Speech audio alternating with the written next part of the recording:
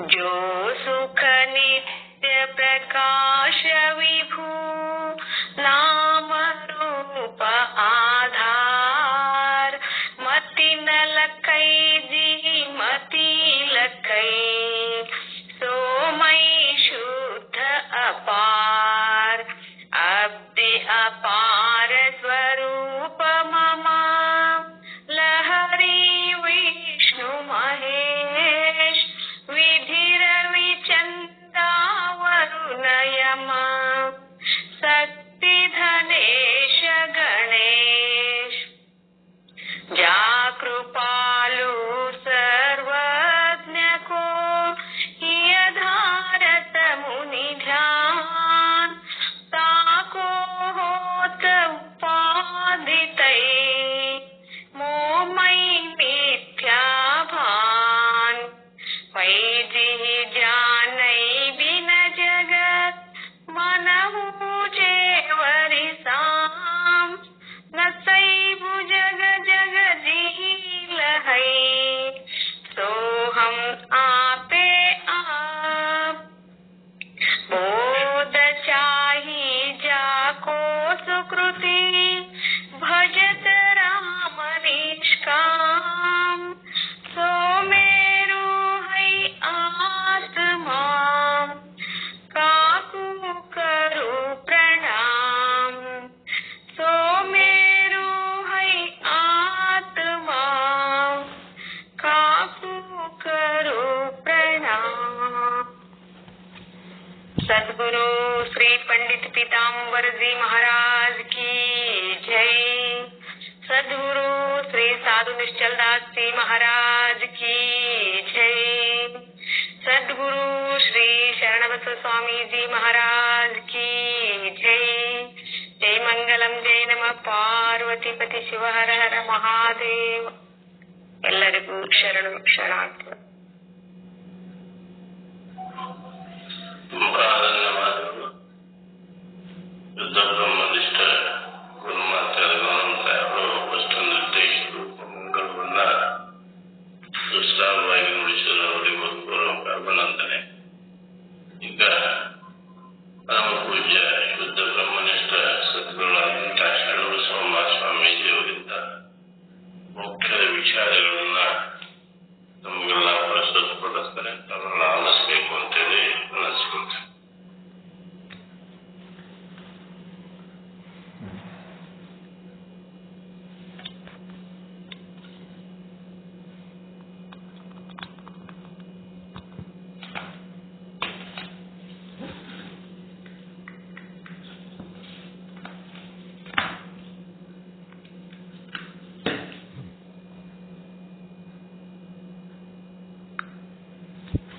ಓಂ ಸದ್ಗುರು ಶ್ರೀ ಶುದ್ಧ ಬ್ರಹ್ಮಣೇ ನಮಃ.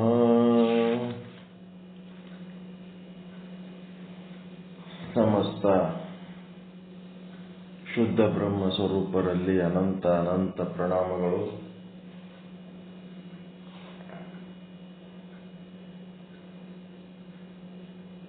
ಶ್ರೀ ವಿಚಾರ ಸಾಗರ ಸಾಧು ನಿಶ್ಚಲ್ ದಾಸ್ ಜಿಯವರ ಕೃತಿ ವಿಷಯಾಂಕ 149 ಪೈಕಿ ಸಿಂಹಾವಲೋಕನ ಅಂದರೆ ಪುನರಾವರ್ತನೆ ಮಾಡ್ತಾ ಇದ್ದೀವಿ. ಸಂಕ್ಷಿಪ್ತವಾಗಿ ಪರಿಚಯ ಮಾಡಿದರೂ ಕೂಡ ಮನನ ಆಗುವ ಕಾರಣ ಅದನ್ನು ಆಳವಾಗಿ ಹೇಳಬೇಕಾಗಿದೆ. ಈ ಒಂದು ಮಿಥ್ಯವಾದ ಜಗತ್ತಿಗೆ ಆಧಾರ ಮತ್ತು ಅಧಿಷ್ಠಾನ ಯಾವುದು ಅಂತ ಶಿಷ್ಯ ಕೇಳಿದಾಗ ನೀನೇ ಇದ್ದೀಯಾ ಅಂತ ಹೇಳ್ತಾನೆ. ನೀನೇ ಅಂತಂದ್ರೆ ಅದರ ಅರ್ಥ ಶುದ್ಧ ಬ್ರಹ್ಮನಿಂದ ಅಭಿನ್ನವಾದ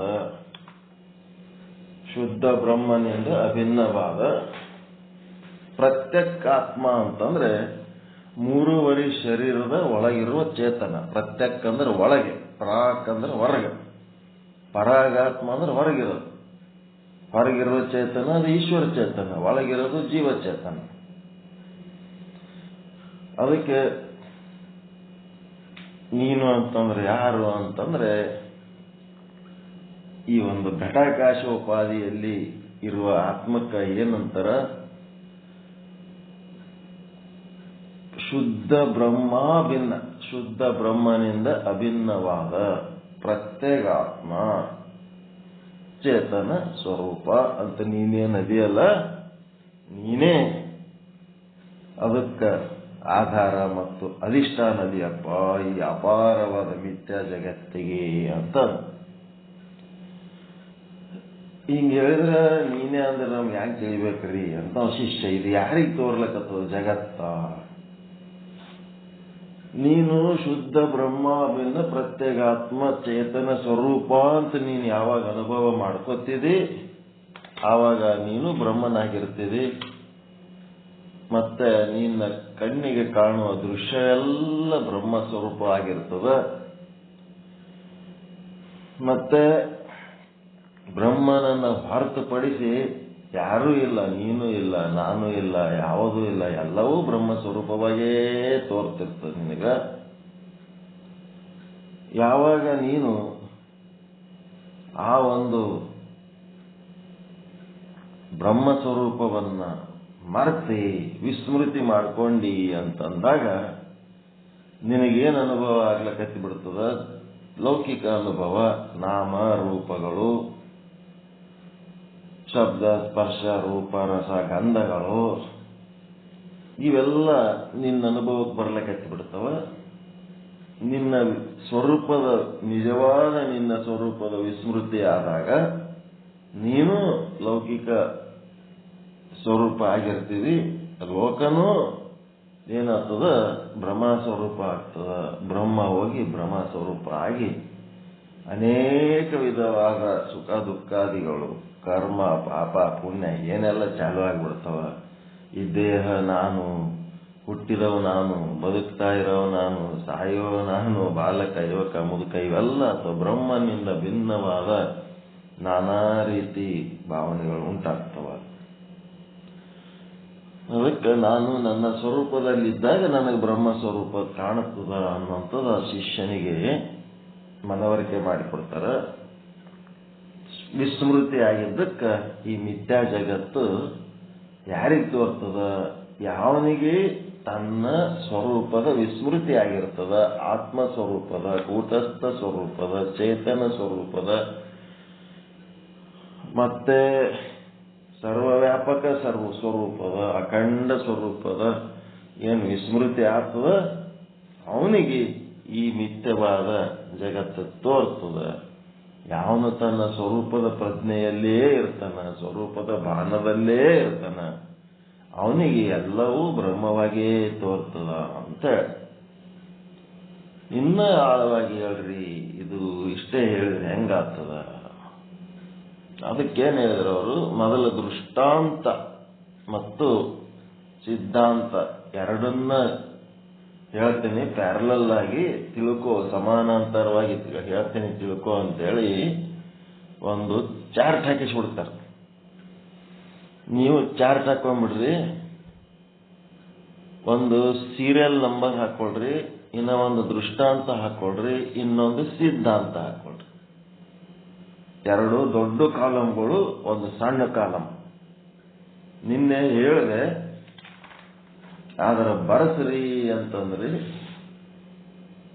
ಅದಕ್ಕೆ ಈ ವಾಕ್ಯಗಳು ಬಹಳ ಮುಖ್ಯವಾದ ವಾಕ್ಯಗಳಲ್ವ, ಬರ್ಕೋಬೇಕು.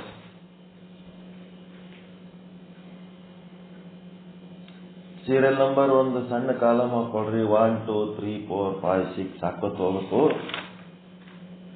ನೆಕ್ಸ್ಟ್ ಎರಡು ದೊಡ್ಡ ಕಾಲಂ ಹಾಕೊಳ್ರಿ, ಒಂದು ದೃಷ್ಟಾಂತ ಅಂತ ಬರ್ಕೊಳ್ರಿ, ಇನ್ನ ಒಂದು ಸೈಡ್ ಸಿದ್ಧಾಂತ ಅಂತ ಬರ್ಕೊಳ್ರಿ.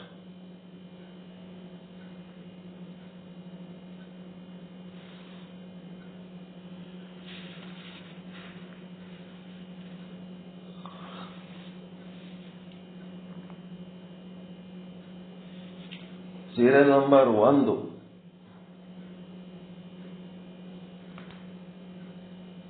ಏನ್ ಬರೀತೀರಿ?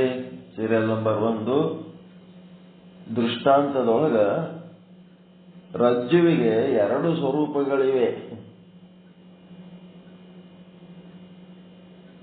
ರಜ್ಜುವಿಗೆ 2 ಸ್ವರೂಪಗಳಿವೆ.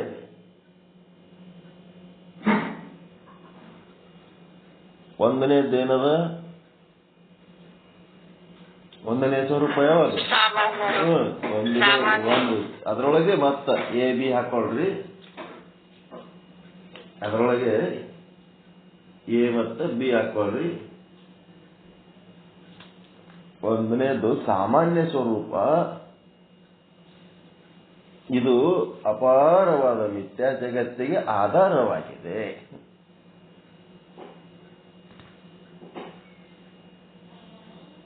ಇದು ಅಪಾರವಾದ ಮಿಥ್ಯಾ ಜಗತ್ತಿಗೆ ಆಧಾರವಾಗಿದೆ.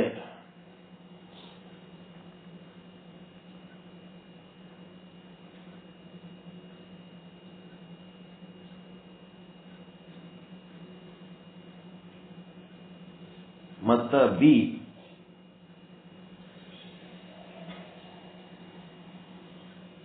ಏನ್ ಬರೀತೀರಿ? ವಿಶೇಷ ಸ್ವರೂಪವು ನಿತ್ಯವಾದ ಜಗತ್ತಿಗೆ ಅಧಿಷ್ಠಾನವಾಗಿದೆ. ಮೊದಲ ವಿಶೇಷ ಸ್ವರೂಪ ಬರೀಬೇಕು. ಒಟ್ಟು ಕಲಿಸ್ಬಾರದು. ಮೊದಲ ಸಾಮಾನ್ಯ ಸ್ವರೂಪ ಎ ಅಂದ್ರೆ ಸಾಮಾನ್ಯ ಸ್ವರೂಪ ಬರೆದು ಅದರ ಕೆಳಗ ಇದು ಅಪಾರವಾದ ಮಿಥ್ಯಾ ಜಗತ್ತಿಗೆ ಆಧಾರವಾಗಿದೆ.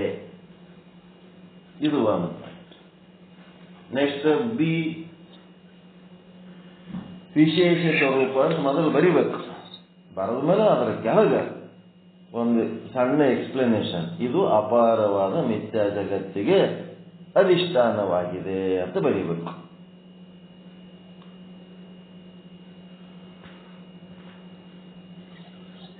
ಅದೇ ರೀತಿ ಈ ಸೈಡ್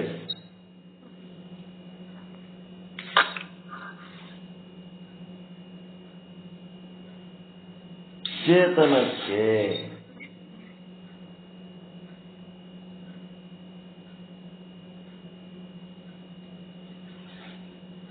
ಇಲ್ಲೇನಾಯ್ತು?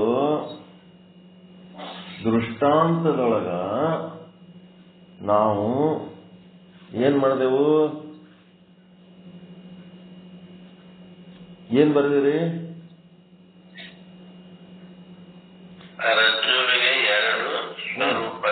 ಸ್ವರೂಪಗಳಿವೆ. ರಜ್ಜುವಿಗೆ 2 ಸ್ವರೂಪಗಳಿವೆ ಅಂತ ಬರೆದ ಮೇಲೆ ಒಂದು ಸಾಮಾನ್ಯ ಸ್ವರೂಪ ಅಂತ ಬರೆದಿರಲ್ಲ. ಸಾಮಾನ್ಯ ಸ್ವರೂಪ ಅಂತ ಬರೆದ ಮೇಲೆ ಆ ರಜ್ಜು ಹಗ್ಗ ಏನು ಇಡೀ ಮಿಥ್ಯಾ ಜಗತ್ತಿಗೆ ಹಗ್ಗ ಏನಾಗ್ಯದ? ಆಧಾರ ಆಗ್ಯದ ಅಂದ್ರೆ ಹಗ್ಗ ಎದಕ್ಕೆ ಆಧಾರ ಆಗ್ಯದ? ಸರ್ಪಕ್ಕೆ ಆಧಾರ ಆಗ್ಯದ ಅಷ್ಟೇ. ಅದು ಇಲ್ಲಿ ತಪ್ಪು ಬರ್ದೇವು ನಾವು, ಹೌದಿಲ್ರಿ? ಇದು ಸರ್ಪಕ್ಕೆ, ಮಿಥ್ಯಾ ಸರ್ಪಕ್ಕೆ ಏನಾಗ್ಯದ? ಆಧಾರವಾಗಿದೆ. ಅದು ಬರಿಬೇಕು. ಸರ್ಪಕ್ಕೆ ಹಗ್ಗ ಇಲ್ಲಿ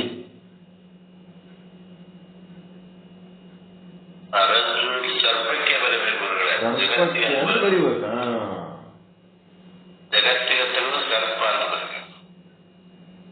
ಜಸ್ಟ್ ಜಗತ್ತಿನ ಬದಲಿ ಸರ್ಪ ಅಂತ ಬರಿಬೇಕಷ್ಟೇ. ನೆಕ್ಸ್ಟ್ ರಜ್ಜುವಿಗೆ 2 ಸ್ವರೂಪಗಳಿವೆ. ಯಾಕಂದ್ರೆ ದೃಷ್ಟಾಂತ ಬರೀಲಿಕ್ಕೆತ್ತೀವಿ ನಾವು. ರಜ್ಜುವಿಗೆ 2 ಸ್ವರೂಪಗಳಿವೆ. ಅದರೊಳಗೆ ಸಾಮಾನ್ಯ ಸ್ವರೂಪ. ಇದು ಮಿಥ್ಯಾ ಸರ್ಪಕ್ಕೆ ಆಧಾರವಾಗಿದೆ. ಅಪಾರ ಇಲ್ಲದು. ಅಪಾರ ಎಲ್ಲದು? ದೊಡ್ಡದೆಲ್ಲ ಒಂದೇ ಒಂದು ಸರ್ಪದಲ್ಲಿ. ಅಪಾರ ತೆಗೆದ್ಬಿಡೋದು.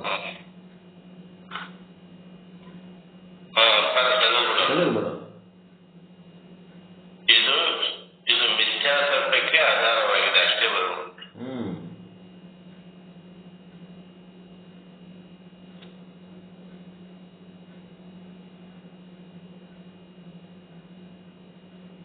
ಇಲ್ಲಿ ಎರಡನೇ ವಿಶೇಷ ಸ್ವರೂಪ. ಇದು ಮಿಥ್ಯಾ ಸರ್ಪಕ್ಕೆ ಅಧಿಷ್ಠಾನವಾಗಿದೆ.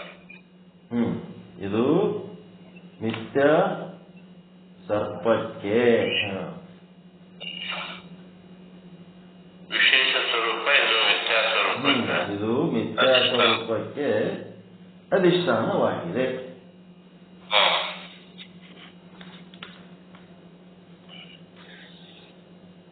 ಅದೇ ರೀತಿ ಈ ಕಡೆ ಚೇತನದ ಬಗ್ಗೆ ಬರೆಯಿರಿ.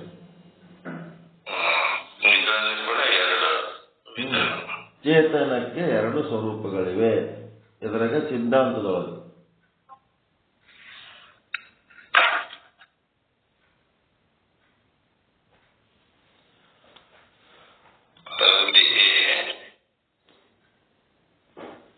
ಚೇತನಕ್ಕೆ 2 ಸ್ವರೂಪಗಳಿವೆ. ಒಂದು ಸಾಮಾನ್ಯ ಸ್ವರೂಪ, ಇದು ಅಪಾರ ಮಿಥ್ಯಾ ಜಗತ್ತಿಗೆ ಆಧಾರವಾಗಿದೆ. ಇದು ಸಿದ್ಧಾಂತ.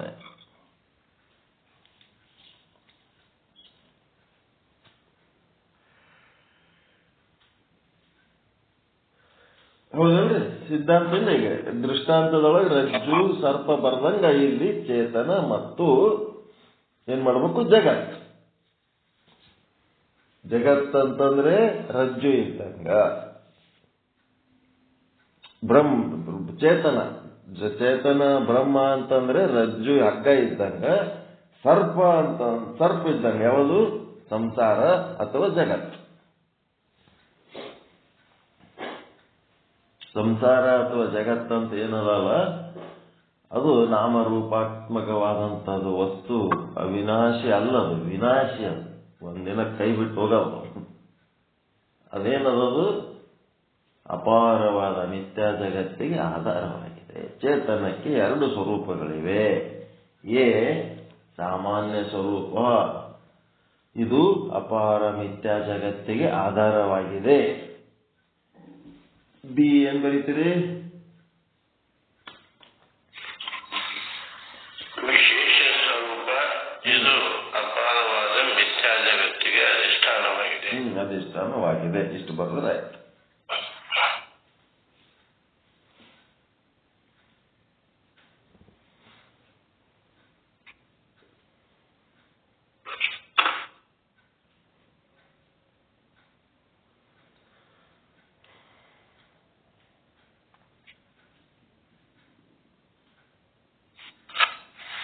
ಸೀರಿಯಲ್ ನಂಬರ್ 1 ಮುಗಿಯಿತು. Serial number 2.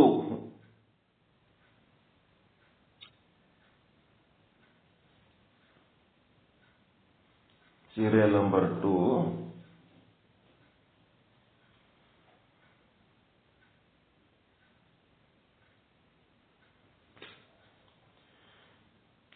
ಏನ್ ಮಾಡ್ತೀವಪ್ಪ ಅಂತಂದ್ರೆ,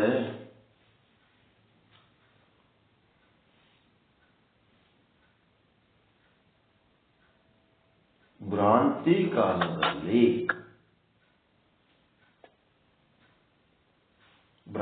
ಕಾಲದಲ್ಲಿ ಇದು ಸರ್ಪ ಇದೆ, ಸರ್ಪ ಇರುತ್ತದೆ.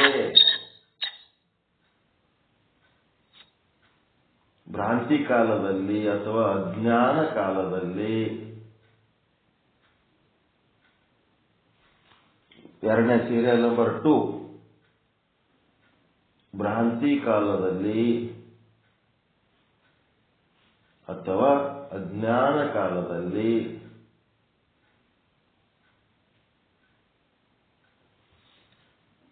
ಏನ್ ಮಾಡ್ತೀವಿ? ಇದು ಸರ್ಪ ಇರುತ್ತದೆ ಎನ್ನುತ್ತೇವೆ.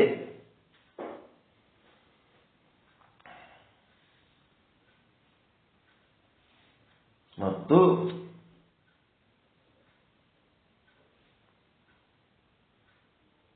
ಜ್ಞಾನ ಕಾಲದಲ್ಲಿ ಅಂದ್ರೆ ನಮ್ಮ ಸ್ವರೂಪದ ಜ್ಞಾನ. ಸ್ವರೂಪ ಮರ್ತದ್ದು ಭ್ರಾಂತಿ ಕಾಲ. ಮತ್ತು ಸ್ವರೂಪದ ಜ್ಞಾನ ಕಾಲದಲ್ಲಿ ಎಂಥದ್ದು? ಶುದ್ಧ ಬ್ರಹ್ಮಾಭಿನ್ನ ಪ್ರತ್ಯೇಕಾತ್ಮ ಚೇತನ ಸ್ವರೂಪ ಅಂತ ನಮಗೆ ಅರಿವಿರ್ತದಲ್ಲ, ಆವಾಗ ಏನಂತೀವಿ? ಇಲ್ಲಿ ಏನದ? ಭ್ರಾಂತಿ ಕಾಲದಲ್ಲಿ, ಅಜ್ಞಾನ ಕಾಲದಲ್ಲಿ ಅಂದ್ರೆ ಇಲ್ಲಿ ದೃಷ್ಟಾಂತದೊಳಗ ಕತ್ತಲೆಯಲ್ಲಿ ಅಂತ ಬರ್ತದೆ. ಇಲ್ಲಿ ದೃಷ್ಟಾಂತದೊಳಗ ಕತ್ತಲೆಯಲ್ಲಿ ಇದು ಸರ್ಪ ಇದೆ ಎನ್ನುತ್ತೇವೆ.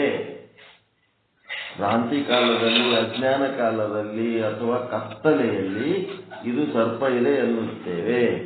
ಜ್ಞಾನ ಕಾಲದಲ್ಲಿ ಅಂತಂದ್ರೆ ಬೆಳಕಿನಲ್ಲಿ, ಬೆಳಕು ಬಂದಾಗ. ಇಲ್ಲ ಇದ್ರಾಗೆ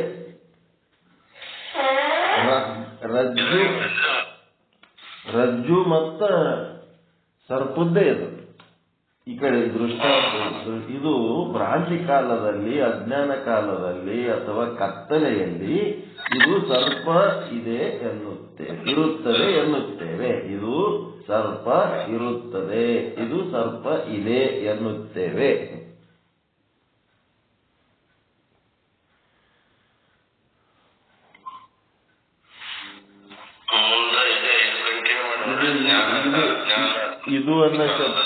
ಇದು ಅನ್ನೋ ಶಬ್ದ ಬಹಳ ಮುಖ್ಯ ಅದ. ಇದು ಸರ್ಪ ಇರುತ್ತದೆ ಅಥವಾ ಇದೆ ಅನ್ನೋದು, ಇದ್ರೊಳಗೆ ಇದು ಅನ್ನೋ ಶಬ್ದ ಏನದಲ್ರಿ, ಪ್ರತ್ಯಕ್ಷವಾಗಿ ನಿಮ್ಮ ಅಂತಃಕರಣ ವೃತ್ತಿ ಅಥವಾ ಅವಿದ್ಯಾ ವೃತ್ತಿಗೆ ಸಂಪರ್ಕದಾಗದ ಅದು. ಇದು ಅಂತೀರಿ. ಅದು ಅಂತ ಯಾವಾಗ ಅಂತೀರಿ ಅಂತಂದ್ರ ಸ್ಮೃತಿ ಜ್ಞಾನ, ಸ್ವಪ್ನ ಜ್ಞಾನ ಏನದವಲ್ಲ ಅದು ಅಂತೀವಿ ನಾವು. ಕನಸಿನಾಗ ಬಂದ ವಸ್ತುಗಳಿಗೆಲ್ಲ ಅಲ್ಲಿ ಅದು ಅಂತ ಮಾತಾಡ್ತೀವಿ. ನೆನಪು ಮಾಡ್ಕೊಂಡದ್ದಕ್ಕೆಲ್ಲ ಹಿಂದಿಂದ ನೆನಪು ಮಾಡ್ಕೊಂಡ್ರೆ ಅಲ್ಲಿ ವೃತ್ತಿ ಸಂಪರ್ಕ ಇರಂಗಿಲ್ಲ. ಇಲ್ಲೇನದ ವೃತ್ತಿ ಜೊತೆಗೆ, ಅವಿದ್ಯಾ ವೃತ್ತಿ ಜೊತೆಗೆ ಅದು ಸಂಪರ್ಕದಾಗದ. ಅಥವಾ ರಜ್ಜು ಅಂತಂದ್ರ ಈ ಅಂತಃಕರಣ ವೃತ್ತಿ ಜೊತೆಗೆ ಸಂಪರ್ಕದಾಗ ಇದ್ದದಕ್ಕೆ ಇದು ಅಂತೀವಿ ನಾವು. ಪ್ರತ್ಯಕ್ಷ, ಇದು ಪ್ರತ್ಯಕ್ಷ ಅಂದ್ರೂ ಒಂದೇ, ಅಪರೋಕ್ಷ ಅಂದ್ರೂ ಒಂದೇ. ಇದು ಸರ್ಪ ಇರುತ್ತದೆ ಎನ್ನುತ್ತೇವೆ. ಮತ್ತೆ ಜ್ಞಾನ ಕಾಲದಲ್ಲಿ ಅಂದ್ರೆ ಬೆಳಕಿನಲ್ಲಿ ಇದು ಏನದಂತೀವಿ, ಬೆಳಕು ಬಂತಂದ್ರ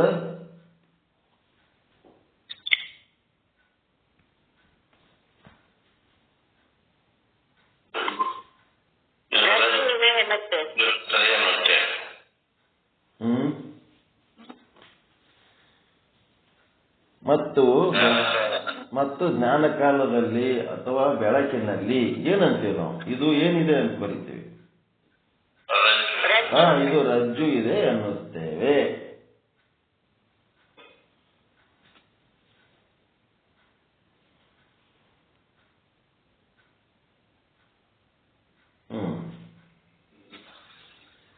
ನೆಕ್ಸ್ಟ್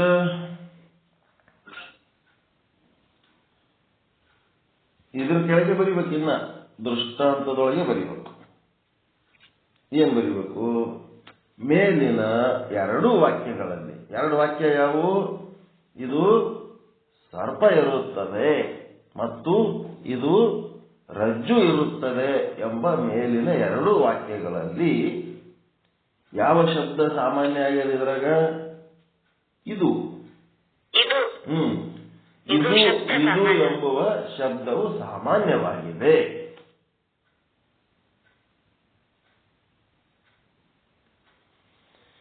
ಇದು ಎಂಬ ಶಬ್ದವು ಸಾಮಾನ್ಯವಾಗಿದೆ.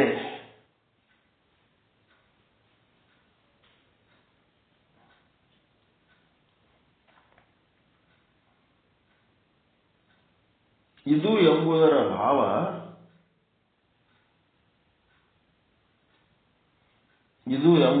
ಭಾವ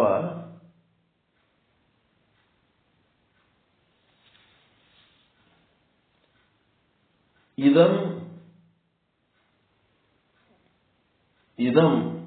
ಅಂತ, ಇದಂ ಅಂತ ಏನಂತೀವಲ್ಲ, ಪೂರ್ಣಂ ಇದಂ ಅಂತೀವಲ್ಲ, ಇದಂ ಚೇತನದ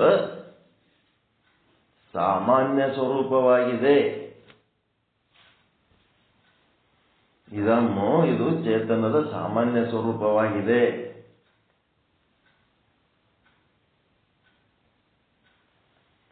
ಮತ್ತೇನದ ಇದು? ಅದು ಹಗ್ಗದ ಜೊತೆಗೂ ಅಭಿನ್ನವಾಗ್ಯದ, ಹಾವಿನ ಜೊತೆಗೂ ಅಭಿನ್ನವಾಗ್ಯದ.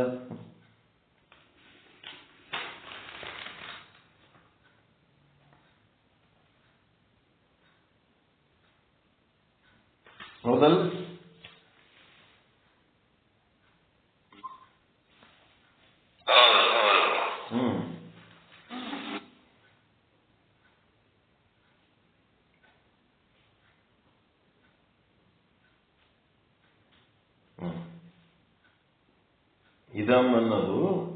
ಹಗ್ಗದ ಜೊತೆಗೂ ಅಭಿನ್ನವಾಗ್ಯದ, ಹಾವಿನ ಜೊತೆಗೂ ಅಭಿನ್ನ.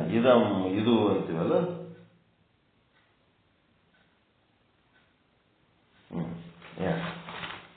ಏನ್ ಬರೀಬೇಕಿಲ್ಲಿ? ಇದು ಎಂಬುದರ ಭಾವ ಅಂದ್ರೆ ಇದು ಅಂತಂದ್ರೆ ಏನಪ್ಪ ಅಂದ್ರೆ ಇದೇನಾಗ್ಯದ? ಚೇತನದ ಸಾಮಾನ್ಯ ಸ್ವರೂಪವಾಗಿದೆ.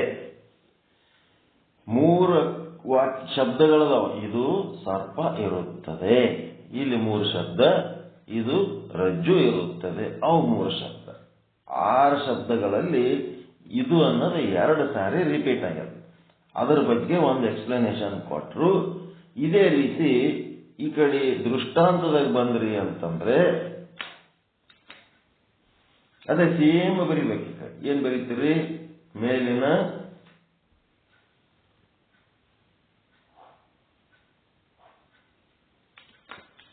ಏನ್ ಬರೀತೀರಿ? ಈ ಕಡೆ ದೃಷ್ಟಾಂತದಾಗ ಬರದಂಗೆ ಬರಿಬೇಕು.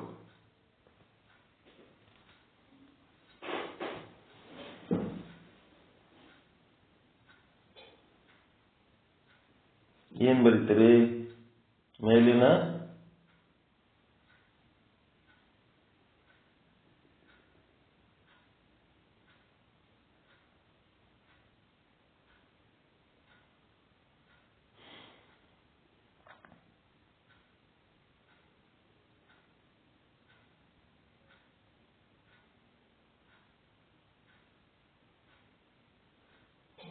ಏನ್ ಮಾತಾಡೋಲ್ರಲ್ಲ? ಮೇಲಿನ ಸಿದ್ಧಾಂತದೊಳಗೆ ಬರಿಬೇಕು. ಇದೆಲ್ಲ ಇಲ್ಲಿ ಬರಿಬೇಕಲ್ಲ. ಇನ್ನ ನೀವು ಇದು ಇಲ್ಲೇನ್ ಮಾಡ್ಬೇಕು? ಸೀರಿಯಲ್ ನಂಬರ್ 2 ಮ್ಯಾಲಿಂದ ಬರಿಬೇಕಲ್ಲ. ಟೋಟಲ್ ಇನ್ನ ಬರ್ದಿಲ್ಲ ಅದು. ಸೀರಿಯಲ್ ನಂಬರ್ 2 ಏನ್ ಬರೀತೀರಿ? ಚೇತನಕ್ಕೆ 2 ಸ್ವರೂಪಗಳಿವೆ, ಒಂದು ಸಾಮಾನ್ಯ, ಒಂದು ವಿಶೇಷ ಅಂತ ಬರೆದ ಮೇಲೆ ನೆಕ್ಸ್ಟ್ ಸೀರಿಯಲ್ ನಂಬರ್ 2 ಏನ್ ಬರೀತೀರಿ? ಭ್ರಾಂತಿ ಕಾಲದಲ್ಲಿ. ಹೌದಿಲ್ಲ? ಭ್ರಾಂತಿ ಕಾಲದಲ್ಲಿ ಅಥವಾ ಅಜ್ಞಾನ ಕಾಲದಲ್ಲಿ ಇದು ಜಗತ್ತು ಇರುತ್ತದೆ. ಜಗತ್ತು ಬ್ರಾಕೆಟ್ನಾಗ ಸಂಸಾರ ಅಂತ ಬರ್ಕೋಬಹುದು. ಜಗತ್ತು ಸಂಸಾರ ಇರುತ್ತದೆ ಎನ್ನುತ್ತೇವೆ. ಇಲ್ಲಿ ಸೀರಿಯಲ್ ನಂಬರ್ 2 ಇಲ್ಲಿ ಬರ್ಬೇಕು ನಿಮ್ಗೆ. ನಾ ಕೆಳಗಿಂದ ಒಂದೇ ವಾಕ್ಯ ಹೇಳ್ಕೊಳ್ತೀನಿ. ಕ್ರಾಂತಿ ಕಾಲದಲ್ಲಿ ಅಜ್ಞಾನ ಕಾಲದಲ್ಲಿ ಇದು ಜಗತ್ತು ಇರುತ್ತದೆ ಅಂತೇಳಿ ಸಿದ್ಧಾಂತ ಅದರ ಬಗ್ಲಾಗೆ ಬರೀಬೇಕು. ಸೀರಿಯಲ್ ನಂಬರ್ 2 ಏನ್ ಬರ್ದ್ರಿ ಅದರ ಬಗ್ಲಾಗೆ. ಮತ್ತೇನ್ ಮಾಡ್ತೀರಿ? ಜ್ಞಾನ ಕಾಲದಲ್ಲಿ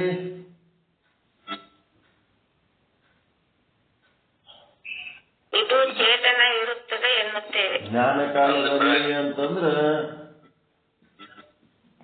ಶುದ್ಧ ಬ್ರಹ್ಮ ಭಿನ್ನ ಪ್ರತ್ಯೇಗಾತ್ಮ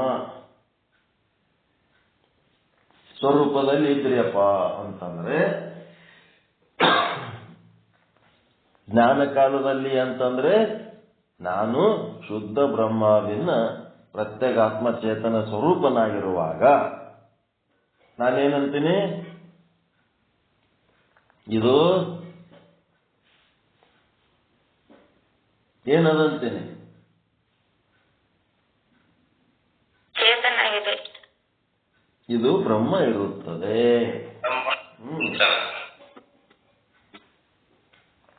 ಇದು ಬ್ರಹ್ಮ ಇರುತ್ತದೆ ಎನ್ನುತ್ತೇವೆ.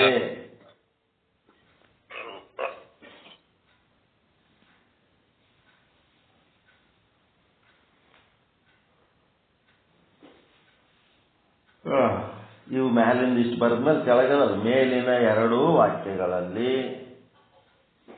ಇದು ಬ್ರಹ್ಮ ಇರುತ್ತದೆ, ಇದು ಜಗತ್ತು ಅಥವಾ ಸಂಸಾರ ಇರುತ್ತದೆ ಅಂತೀವಲ್ಲ. ಇಲ್ಲಿ ಮೇಲಿನ 2 ವಾಕ್ಯಗಳಲ್ಲಿ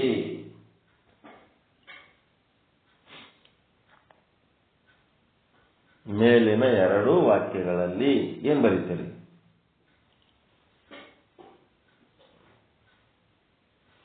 ಈ ಕಡೆ ಬರ್ದಿರಲ್ಲ ಲೆಫ್ಟ್ ಸೈಡ್. ಇದು ಎಂಬ ಶಬ್ದವು ಸಾಮಾನ್ಯವಾಗಿದೆ.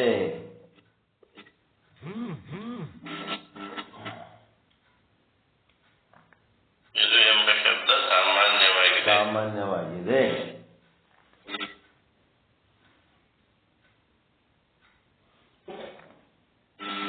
ಇದು ಎಂಬುದರ ಭಾವ, ಇದು ಎಂಬುದರ ಭಾವ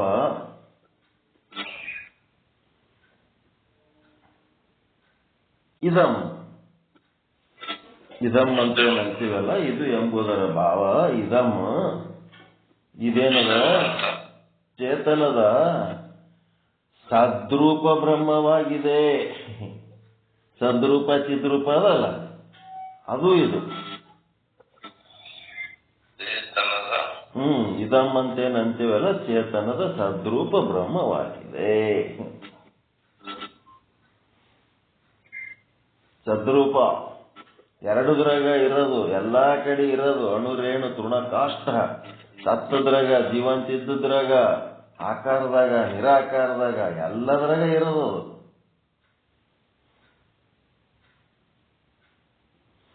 ಸಾಮಾನ್ಯ ರೂಪದ್ದೇ ಬರಿಬೇಕತ್ತೀರಿ.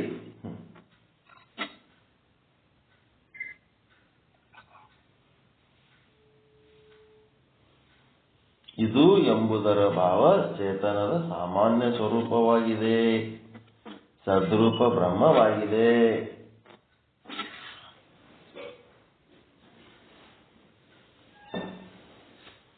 ಇದಾದ್ಮೇಲೆ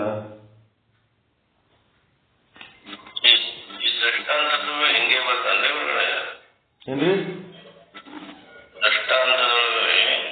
ಮತ್ತ ಸಿದ್ಧಾಂತ ಬರ್ದಿರ ಇಲ್ಲ ಇದು? ಈಗ ಸಿದ್ಧಾಂತದ ಎರಡು ವಾಕ್ಯಗಳಲ್ಲಿ ಇದು ಎಂಬ ಶಬ್ದ ಸಾಮಾನ್ಯವಾಗಿದೆ.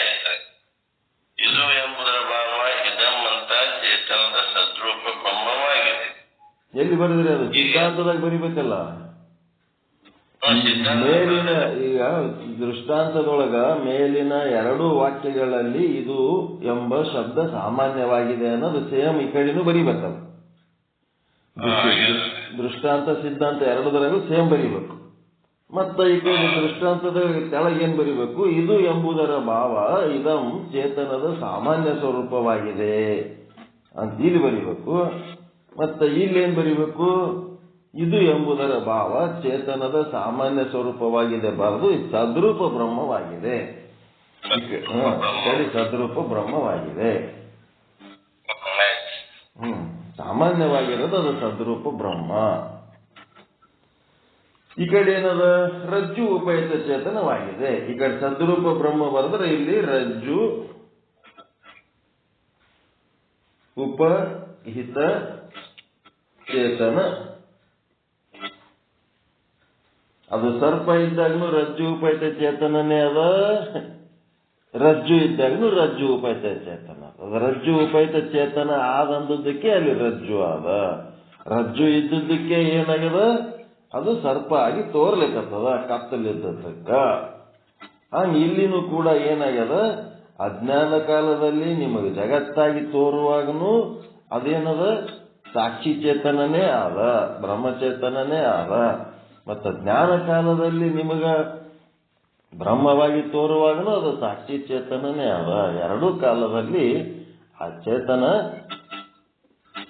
ಜೊತೆಯಾಗಿ ಅದ. ಮುಂದೇನ್ ಮಾಡ್ಬೇಕು? ಇದು ಅನ್ನೋ ಶಬ್ದದ್ದು ಮುಗಿತು. ಇದು ಅನ್ನೋ ಶಬ್ದದ್ದು ಮುಗಿತು ಕೆಲಸ. ನೆಕ್ಸ್ಟ್ ಏನ್ ಉಳಿತು? ಇದು ರಜ್ಜು ಇರುತ್ತದೆ, ಇದು ಸರ್ಪ ಇರುತ್ತದೆ ಅನ್ನೋದಲ್ಲ.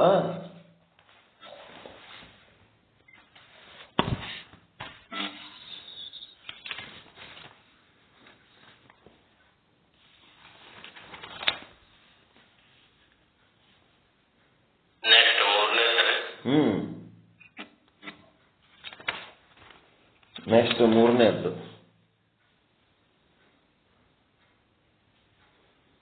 ಈಗ ರಜ್ಜು ಇರುತ್ತದೆ, ಸರ್ಪ ಇರುತ್ತದೆ ಅಂತದಲ್ರಿ, ಅದು ಹೇಳ್ತಾನೆ. ಏನಂದ್ರ ಮೂರನೇದು, ಈ ಕಡೆ ದೃಷ್ಟಾಂತದೊಳಗ ಮೇಲಿನ ಎರಡೂ ವಾಕ್ಯಗಳಲ್ಲಿ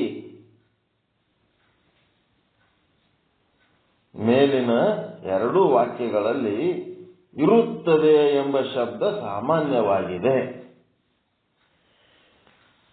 ಇದು ರಜ್ಜು ಇರುತ್ತದೆ, ಇದು ಸರ್ಪ ಇರುತ್ತದೆ ಅನ್ನೋದ್ರೊಳಗ ಇರುತ್ತದೆ ಇರುತ್ತದೆ ಅಂತ ಎರಡು ಸಾಮಾನ್ಯ ಅದಾವ. ಆದರೆ ಅರ್ಥ ಬೇರೆ ಬೇರೆ ಅದಾವ. ಇರುತ್ತದೆ ಅನ್ನೋದಕ್ಕೆ ಅರ್ಥ ಬೇರೆ ಅದ. ಇರುತ್ತದೆ ಎಂಬ ಶಬ್ದ ಸಾಮಾನ್ಯವಾಗಿದೆ. ಆದರೆ ಸರ್ಪ ಇರುತ್ತದೆ ಅಂತ ಏನಿದೆಯಲ್ಲ,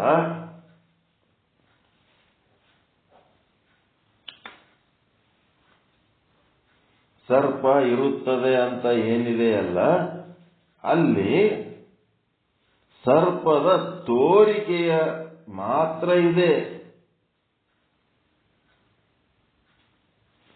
ಅಲ್ಲಿ ಸರ್ಪದ ತೋರಿಕೆ ಮಾತ್ರ ಇದೆ.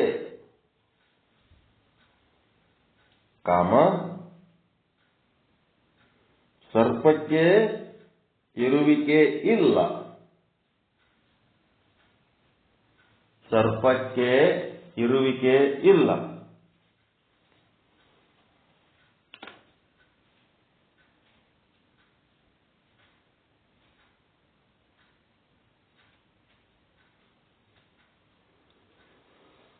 ಕಾರಣ ಸರ್ಪವು ಮಿಥ್ಯವಾಗಿದೆ.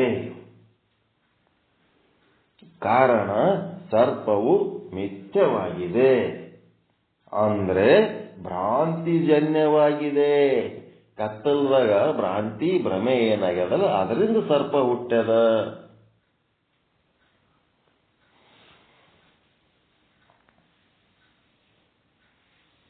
ಸರ್ಪಕ್ಕೆ ಇರುವಿಕೆ ಇಲ್ಲ. ಕಾರಣ ಸರ್ಪವು ಮಿಥ್ಯವಾಗಿದೆ, ಅದು ಭ್ರಾಂತಿಜನ್ಯವಾಗಿದೆ.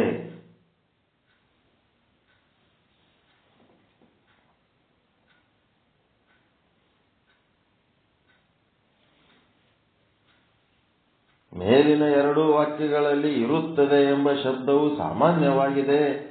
ಆದರೆ ಸರ್ಪ ಇರುತ್ತದೆ ಅಂತ ಏನಿದೆಯಲ್ಲ, ಅಲ್ಲಿ ಸರ್ಪದ ತೋರಿಕೆ ಮಾತ್ರ ಇದೆ. ಸರ್ಪಕ್ಕೆ ಇರುವಿಕೆ ಇಲ್ಲ. ಕಾರಣ ಸರ್ಪವು ಮಿಥ್ಯವಾಗಿದೆ, ಭ್ರಾಂತಿಜನ್ಯವಾಗಿದೆ.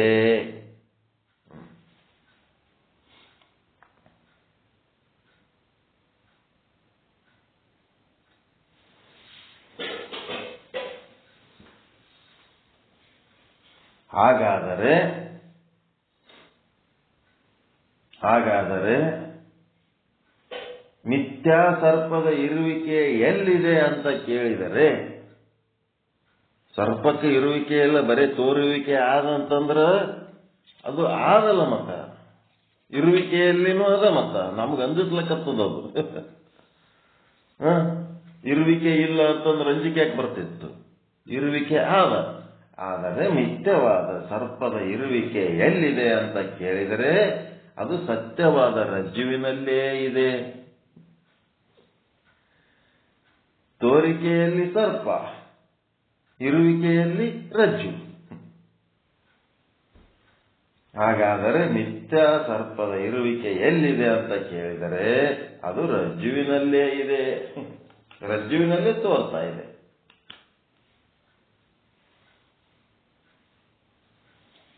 ಅಂದ್ರೆ ರಜ್ಜುವಿನಲ್ಲೇ ಸರ್ಪ ತೋರುತ್ತಿದೆ. ರಜ್ಜು ಬಿಟ್ಟು ಮತ್ತೆ ಹೊರಗೆ ತೋರ್ತಾ ಇಲ್ಲದು. ಅಂದ್ರೆ ರಜ್ಜುವಿನಲ್ಲೇ ಸರ್ಪ ತೋರುತ್ತಿದೆ. ರಜ್ಜು ಇರುತ್ತದೆ, ಸರ್ಪ ತೋರುತ್ತದೆ. ರಜ್ಜು ಇರುತ್ತದೆ, ಸರ್ಪ ತೋರುತ್ತದೆ. ಇರುವಿಕೆಯಲ್ಲಿ ರಜ್ಜು, ತೋರುವಿಕೆಯಲ್ಲಿ ಸರ್ಪ. ಹಿಂಗ ಅನುಭವ ಮಾಡಿಕೊಂಡು ಬರೀಬೇಕ್ರಿ ಇದು. ಇರುವಿಕೆಯಲ್ಲಿ ರಜ್ಜು, ತೋರುವಿಕೆಯಲ್ಲಿ ಸರ್ಪ.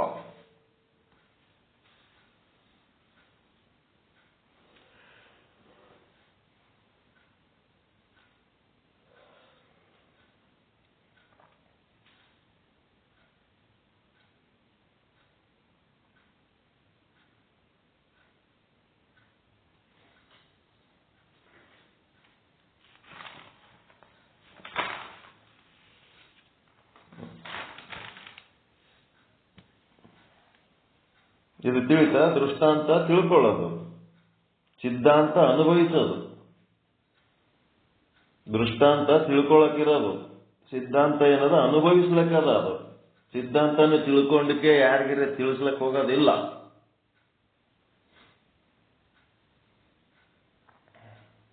ಮೂರನೇ ವಾಕ್ಯ ತಿಳಿತಾ ಇದು. ದೃಷ್ಟಾಂತ ಹೋದ್ರಿ, ತಿಳಿದಿಲ್ಲ ಅಂದ್ರೆ ಕೇಳ.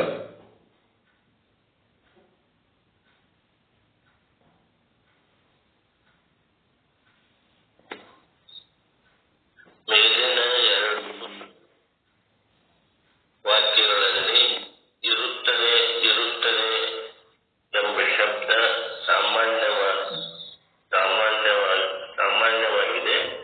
ಆದರೆ ಸರ್ಪ ಇರುತ್ತದೆ ಎಂದು ಇದೆಯಲ್ಲ, ಅಲ್ಲಿ ಸರ್ಪದ ತೋರಿಕೆ ಮಾತ್ರ ಇರುತ್ತದೆ.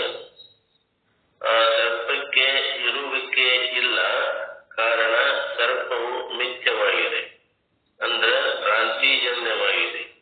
ಹಾಗಾದರೆ ಮಿಥ್ಯಾ ಸರ್ಪಕ್ಕೆ ಇರುವಿಕೆ ಎಲ್ಲಿ ಇದೆ ಅಂತ ಕೇಳಿದರೆ ಅದು ರಜ್ಜುವಿನಲ್ಲೇ ಇದೆ. ರಜ್ಜು ಇರುತ್ತದೆ, ಸರ್ಪ ತೋರುತ್ತದೆ. ಹೌದಲ್ರಿ? ಇರುವಿಕೆಯಲ್ಲಿ ರಜ್ಜು, ತೋರುವಿಕೆಯಲ್ಲಿ ಸರ್ಪ. ಇದರಂಗ ಈ ಸೈಡ್ ಸಿದ್ಧಾಂತ ಅನುಭವಿಸಿ ಬರೀರಿ. ಏನದ? ಮೇಲಿನ ಎರಡು ವಾಕ್ಯಗಳಲ್ಲಿ ಇರುತ್ತದೆ ಎಂಬ ಶಬ್ದವು ಸಾಮಾನ್ಯವಾಗಿದೆ, ಆದರೆ ಜಗತ್ತು ಸಂಸಾರ ಇರುತ್ತದೆ ಅಂತ ಏನಿದೆಯಲ್ಲ, ಅಲ್ಲಿ ಜಗತ್ತು ಸಂಸಾರ ತೋರಿಕೆಯಲ್ಲಿ ಮಾತ್ರ ಇದೆ. ಜಗತ್ತಿಗೆ ಸಂಸಾರಕ್ಕೆ ಇರುವಿಕೆ ಅಂತ ಇಲ್ಲ. ಅವು ಮಿಥ್ಯವಾಗಿವೆ, ಅವು ಭ್ರಾಂತಿಜನ್ಯವಾಗಿವೆ.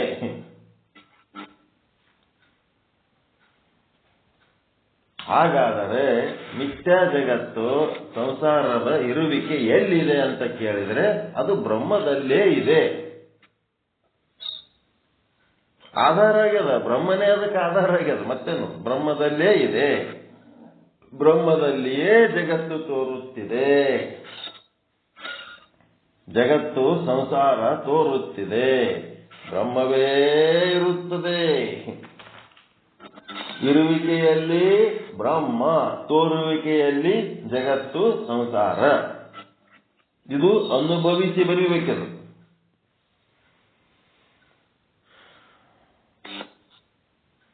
ಇದು ಅನುಭವಿಸೋದ್ರಿಂದ ಏನಾಗ್ತದಂದ್ರ ಸಂಸಾರ ಭ್ರಮೆ ಬಿಟ್ಟು ಹೋಗ್ಬೇಕು. ಈ ವಾಕ್ಯ ಬರೆಯಾಗ ಸಂಸಾರ ಭ್ರಮೆ ಬಿಟ್ಟು ಹೋಗ್ಬೇಕು.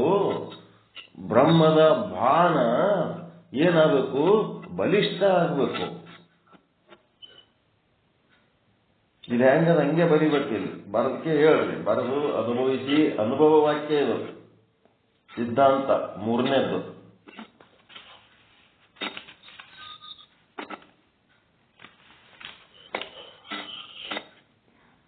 ಅದೇ ವಾಕ್ಯ ಈ ಕಡೆ ರಜ್ಜು ಸರ್ಪ ಬರ್ದಿರಿ, ಈ ಕಡೆ ರಜ್ಜುವಿನ ಜಾಗದೊಳಗ ಬ್ರಹ್ಮ ಅಂತ ಬರೀಬೇಕು. ಸರ್ಪದ ಜಾಗದೊಳಗ ಸಂಸಾರ ಅಥವಾ ಜಗತ್ ಅಂತ ಬರೀಬೇಕು. ಅಷ್ಟೇ, ವಾಕ್ಯ ಸೇಮ್.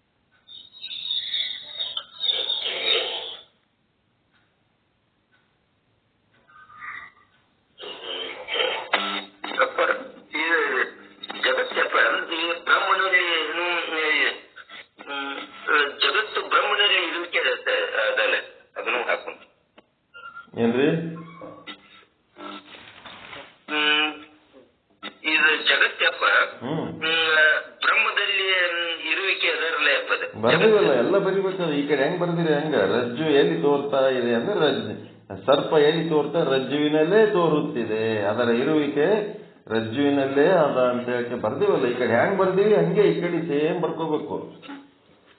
ಆ ಶಬ್ದಗಳಷ್ಟೇ ಚೇಂಜ್. ರಜ್ಜುವಿನ ಜಾಗದಾಗ ಬ್ರಹ್ಮ ಹಾಕ್ಬೇಕು, ಸರ್ಪದ ಜಾಗದೊಳಗೆ ಜಗತ್ತು ಸಂಸಾರ ಹಾಕೋಬೇಕು ಅಷ್ಟೇ.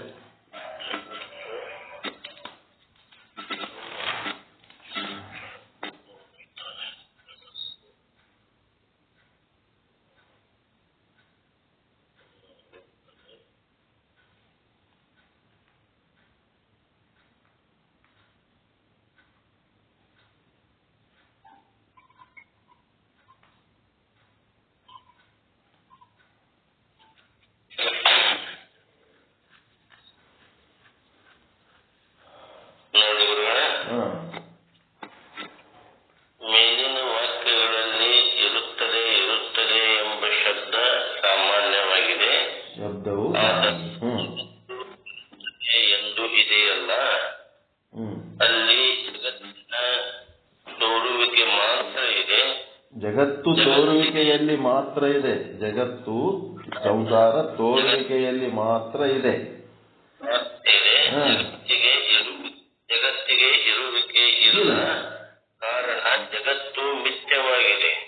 ಅಂದರೆ ಜಗತ್ತು ಭ್ರಾಂತಿಜನ್ಯವಾಗಿದೆ. ನೋಡ್ರಿ, ಈಗ ನಿಮ್ಗ ಬ್ರಹ್ಮಜ್ಞಾನ ಹೆಂಗ್ ಹಾಕೋತ್ ಹೋಗ್ತದ, ಹಂಗಂಗ ಸಂಸಾರ ಭ್ರಾಂತಿ ಕಡಿಮೆ ಹಾಕೋತ್ ಹೋಗಿ ಜಗತ್ತು ಇಲ್ದಂಗ ಆಗ್ತದ. ಕೇವಲ ಬ್ರಹ್ಮ ಒಂದೇ ಕಾಣ್ತದ. ಬಾಧಿತ ಅನ್ನೋದು ಜಗತ್ತು, ಅಬಾಧಿತ ಅಲ್ಲದು.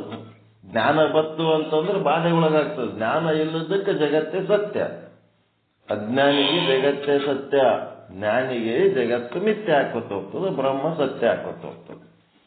ನೆಕ್ಸ್ಟ್, ಹಾಗಾದರೆ ಮಿಥ್ಯಾ ಜಗತ್ತಿಗೆ ಇರುವಿಕೆ ಇಲ್ಲ.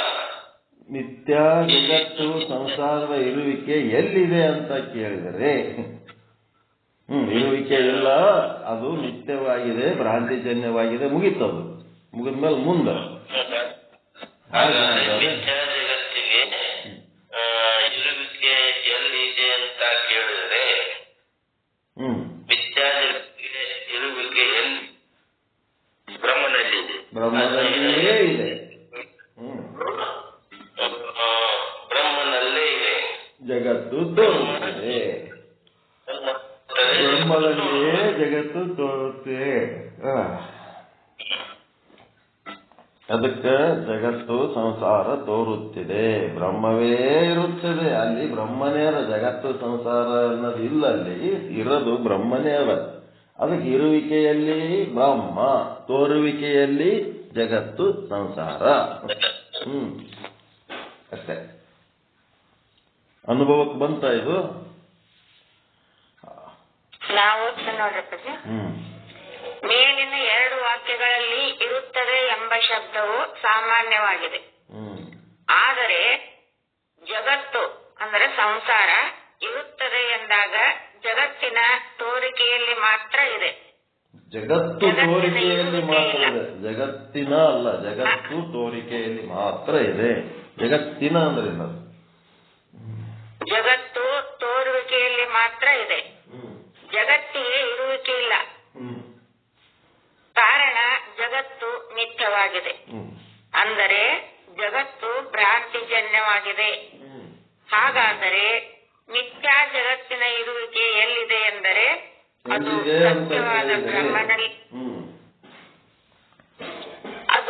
ಸತ್ಯವಾದ ಬ್ರಹ್ಮನಲ್ಲೇ ತೋರುತ್ತಿದೆ. ಜಗತ್ತು ತೋರುವಿಕೆಯಲ್ಲಿದೆ, ಬ್ರಹ್ಮ ಇರುವಿಕೆಯಲ್ಲಿದೆ.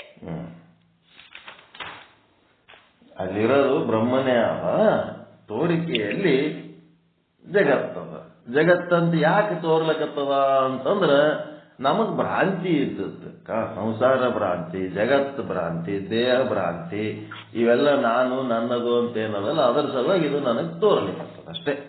ಅಲ್ಲಿರೋದು ಬ್ರಹ್ಮನೇ ಅದ. ಬ್ರಹ್ಮ ಯಾಕೆ ಕಾಣಲಾಗ್ಯಾನ ಅಂದ್ರೆ ನನ್ನೊಳಗೆ ಭ್ರಾಂತಿ ಇರ್ತದಕ್ಕ.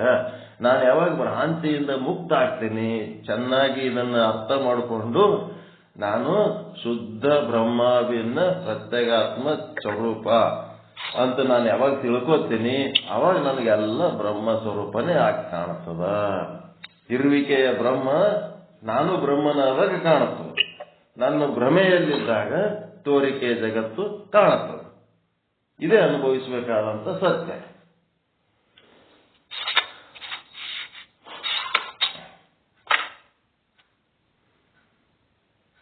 ನಿಮಗೇನಾರ ಆಯ್ತು, ಮನ್ಯಾಗ ಯಾರಿಗಾರೆ ಏನಾರ ಆಯ್ತು, ಅಳ್ಕೋ ಕುಂತೀರಿ ಅಂತಂದ್ರ ನೀವ್ ಎದರಾಗಿರ್ತೀರಿ? ಅವಾಗ ಭ್ರಾಂತಿ ಒಳಗಿರ್ತಿರೋ ಬ್ರಹ್ಮಜ್ಞಾನದಾಗಿರ್ತಿರೋ? ಭ್ರಾಂತಿ ಒಳಗಿರ್ತೀರಿ. ಏನೋ ಒಂದ್ ಚಲೋ ಕಾರ್ಯ ಆಯ್ತು, ಅವಾಗ ಭಾರಿ ಖುಷಿದಾಗಿರ್ತೀರಿ. ಅವಾಗ ಭ್ರಾಂತಿ ಒಳಗಿರ್ತಿರೋ ಬ್ರಹ್ಮಜ್ಞಾನದಾಗಿರ್ತಿರೋ?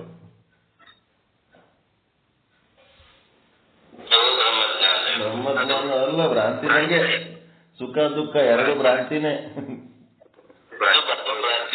ಎರಡು ಭ್ರಾಂತಿನೇ. ಚಲೋ ಆಗ್ಯಾವಂದ್ರು ಭ್ರಾಂತಿನೇ, ಕೆಟ್ಟ ಆಗ್ಯದಂದ್ರು ಭ್ರಾಂತಿನೇ.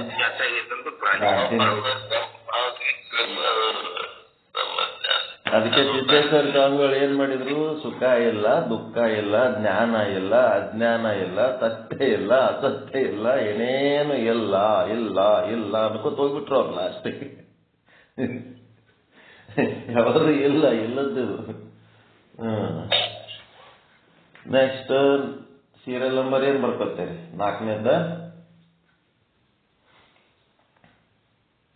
4ನೇ ಸೀರಿಯಲ್ ನಂಬರ್ 4 4ನೇದ್ದೇನದ? ರಜ್ಜುವಿನ ಸಾಮಾನ್ಯ ಸ್ವರೂಪವಾದ ಇದಂ. ರಜ್ಜುವಿನ ಸಾಮಾನ್ಯ ಸ್ವರೂಪವಾದ ಇದಂ ಏನ್ ಮಾಡಿದ?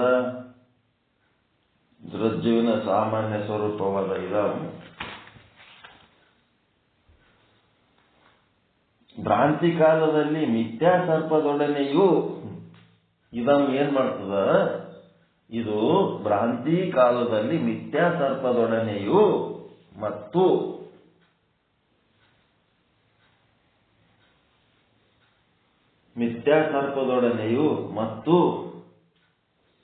ಜ್ಞಾನಾನಂತರದಲ್ಲಿ ಭ್ರಾಂತಿಯೊಳಗಿದ್ದಾಗ ಮಿಥ್ಯಾ ಸರ್ಪದೊಡನೆ ಇದಂ ಆಗಿರ್ತದೆ. ಇದು ಸರ್ಪವಿದೆ ಅಂತೀವಿ.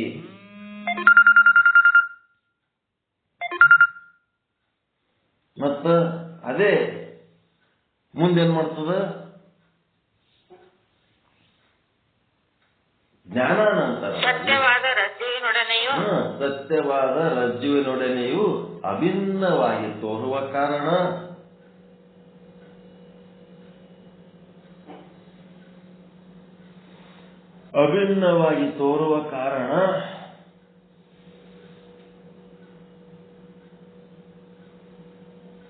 ರಜ್ಜುವಿನ ಇದಂ ಎಂಬುವುದು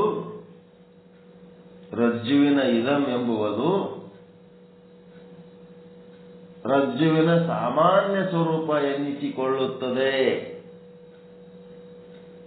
ರಜ್ಜುವಿನ ಸಾಮಾನ್ಯ ಸ್ವರೂಪ ಇದಂ ಅನ್ನೋದೇನದ? ರಜ್ಜುವಿನ ಸಾಮಾನ್ಯ ಸ್ವರೂಪ ಎನ್ನಿಸಿಕೊಳ್ಳುತ್ತದೆ.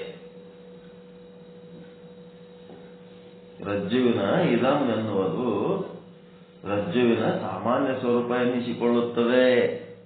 ಅದಕ್ಕೇನು ರಜ್ಜುಗೇನು ಪರಕ್ಕಿಲ್ಲ. ಸರ್ಪ ಆಗಿ ತೋರುವಾಗ ನಾ ಹಗ್ಗ ಅದೀನಿ, ನೀನ್ ಯಾಕೆ ಸರ್ಪ ಆಗಿ ತೋರ್ಲಕತ್ತಿದಿ, ನಾ ತೋರಿಸ್ತೀನಿ ಬಿಡು ಅಂತೇಳಿ ಅದೇನು ಮುಂದೆ ಬರ್ತದೇನದು?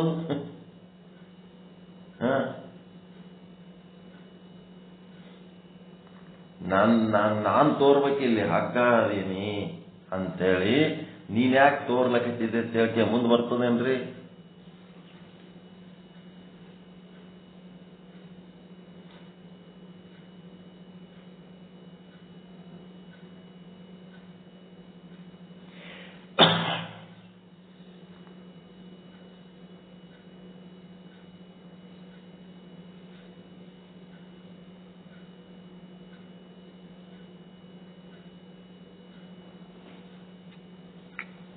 ರಜ್ಜುವಿನ ಸಾಮಾನ್ಯ ಸ್ವರೂಪವಾದ ಇದಂ ಭ್ರಾಂತಿ ಕಾಲದಲ್ಲಿ ಮಿಥ್ಯಾ ಸರ್ಪದೊಡನೆಯೂ ಮತ್ತು ಜ್ಞಾನಾನಂತರದಲ್ಲಿ ಸತ್ಯವಾದ ರಜ್ಜುವಿನೊಡನೆಯೂ ಅಭಿನ್ನವಾಗಿ ತೋರುವ ಕಾರಣ ಏನಾಯ್ತು?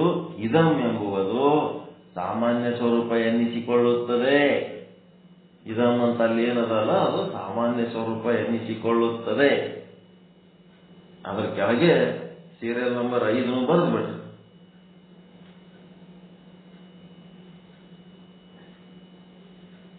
ಇದಂ ಸ್ವರೂಪವು ಏನ್ ಮಾಡ್ತದೆ? ಅಧಿಕ ಕಾಲ ಮತ್ತು ಅಧಿಕ ದೇಶದಲ್ಲಿ ವರ್ತಿಸುತ್ತದೆ. ಆದ್ದರಿಂದ ಅಂತ ಬರಿಬೇಕಿಲ್ಲ. ಆದ್ದರಿಂದ ಯಾವುದು? Serial number 5.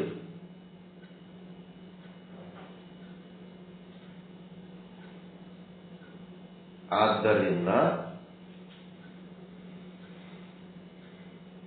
ಸಾಮಾನ್ಯ ಸ್ವರೂಪ ಅಥವಾ ಇದಂ ಸ್ವರೂಪ ಅಂತ ಏನದಲ್ಲ, ಅಧಿಕ ಕಾಲ ಅಧಿಕ ದೇಶದಲ್ಲಿ ವರ್ತಿಸುತ್ತದೆ. ಅದು ರಜ್ಜು ಇದ್ದಾಗೂ ಇರ್ತದ ಇದಂ, ಮತ್ತ ಸರ್ಪ ಇದ್ದಾಗೂ ಇರ್ತದ ಇದಂ ಅನ್ನೋದು. ಹೀಗಾಗಿ ಅದು ಅಧಿಕ ಕಾಲ ಅಧಿಕ ದೇಶದಲ್ಲಿ ಇರುತ್ತದ, ವರ್ತಿಸುತ್ತದೆ.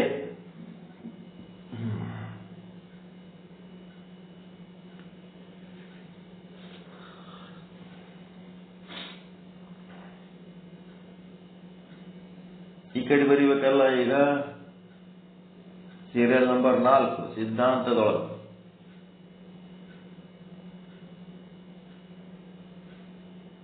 ದೃಷ್ಟಾಂತ ತಿಳ್ಕೊಂಡ್ರಿ ಅಂದ್ರೆ ಸಿದ್ಧಾಂತ ಬರೀತೇವೆ.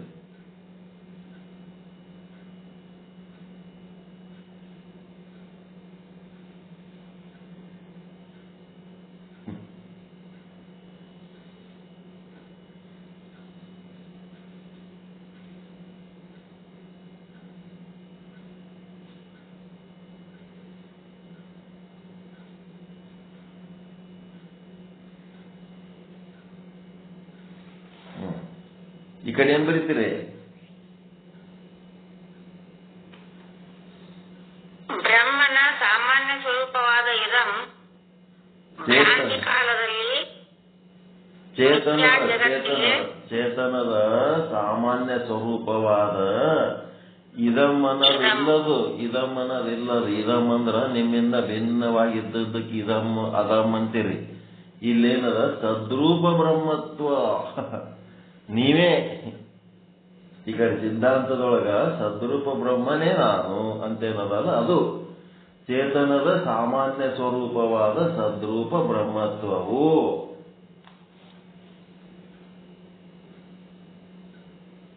ಏನ್ ಮಾಡ್ತದ? ಸದ್ರೂಪ ಬ್ರಹ್ಮತ್ವವು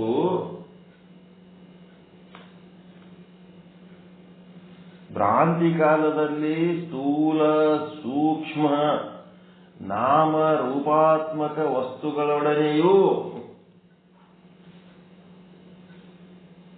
ಸ್ಥೂಲ ಸೂಕ್ಷ್ಮ ನಾಮ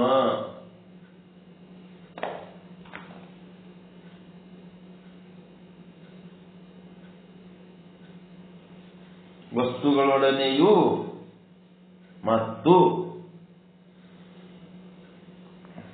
ಅನುಭವಿಸಿ ಬರೆಯೋದು. ನಿಮ್ಮ ಸದ್ರೂಪ ಬ್ರಹ್ಮತ್ವ ಏನ್ ಮಾಡ್ತದ? ಭ್ರಾಂತಿ ಕಾಲದಲ್ಲಿ ಸ್ಥೂಲ ವಸ್ತುಗಳು ಸೂಕ್ಷ್ಮ ವಸ್ತುಗಳು, ನಿಮ್ಮ ಶರೀರ ಇರಬಹುದು, ಹೊರಗಿನ ಪಂಚಮಹಾಭೂತಾತ್ಮಕ ಲೌಕಿಕ ವಸ್ತುಗಳಿರ್ಬಹುದು, ನಾಮಗಳಿರ್ಬಹುದು, ರೂಪಗಳಿರ್ಬಹುದು, ವಿದ್ಯೆ ಇರ್ಬಹುದು, ಹುದ್ದೆ ಇರ್ಬಹುದು, ಅಧಿಕಾರ ಇರ್ಬಹುದು, ಜಾತಿ ಇರ್ಬಹುದು, ನಿಮ್ಮ ಧರ್ಮ ಇರ್ಬೋದು, ನಿಮ್ಮ ಮನೆತನ ಇರ್ಬೋದು, ನಿಮ್ಮ ಊರಿರ್ಬೋದು, ನಿಮ್ಮ ದೇಶ ಇರ್ಬೋದು, ನಿಮ್ಮ ಭಾಷೆ ಇರ್ಬೋದು.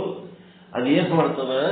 ಚೇತನದ ಸಾಮಾನ್ಯ ಸ್ವರೂಪವಾದ ಸದ್ರೂಪ ಬ್ರಹ್ಮ ಅಂತ ನಿಮ್ಮದೇನು ಸದ್ರೂಪ ಬ್ರಹ್ಮತ್ವ ಏನದಲ್ಲ, ಅದು ಏನ್ ಮಾಡ್ತದ? ಭ್ರಾಂತಿ ಕಾಲದಲ್ಲಿ ಇವೆಲ್ಲವುಗಳೊಡನೆಯೂ ಅಭಿನ್ನವಾಗಿ ಭ್ರಾಂತಿ ಕಾಲದಲ್ಲಿ ಈ ಒಂದು ನಾಮರೂಪಾತ್ಮಕ ಸ್ಥೂಲ ಸೂಕ್ಷ್ಮ ವಸ್ತುಗಳೊಡನೆಯೂ ಮತ್ತು